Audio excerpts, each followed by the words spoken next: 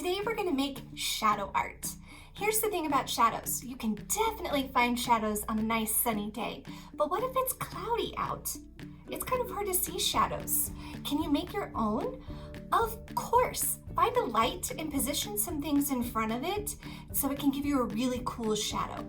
You really only need to find a space where you can get or create a really cool design with objects positioned in front of a light, whether that be on a table or the floor. So let's go get started.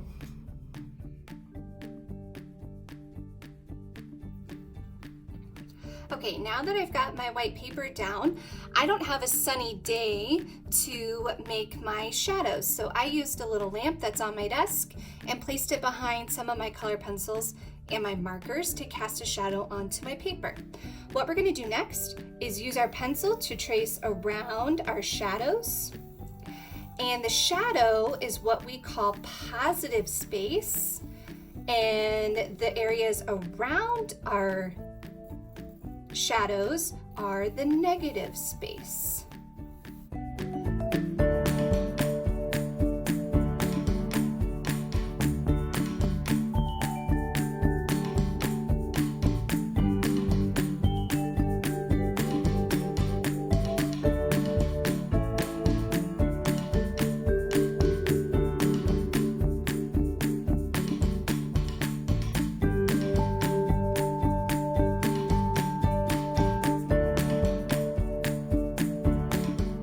My paper's ready to go. I can use any supplies. I could use markers, crayons, color pencils, and really anything, paint. So if I wanted to make this look different in spots, I could use, say, a color pencil, and I could start coloring really, really dark by pressing really hard with my pressure, and then I could get lighter by not pressing so hard on my color pencil.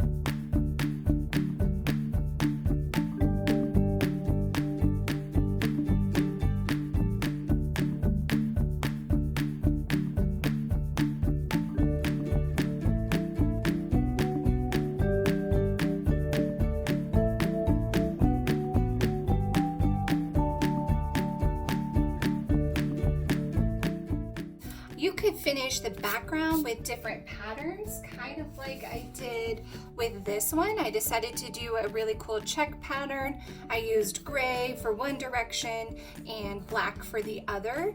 So that's one way you could fill up a big space. Or if you do have paint, you can use watercolor, and I totally forgot a paintbrush.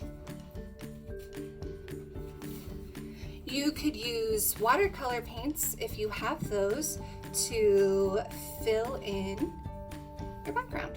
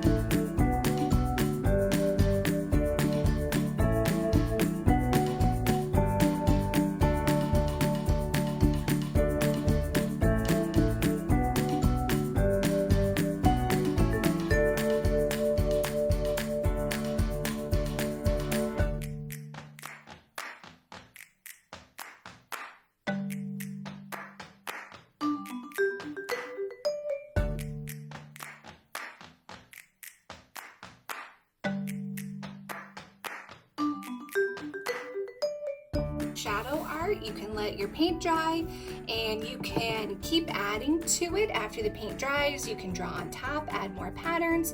You could even cut this up and add it into a collage for another piece of artwork. But it's definitely something that you can keep coming back to and can change over time. Enjoy!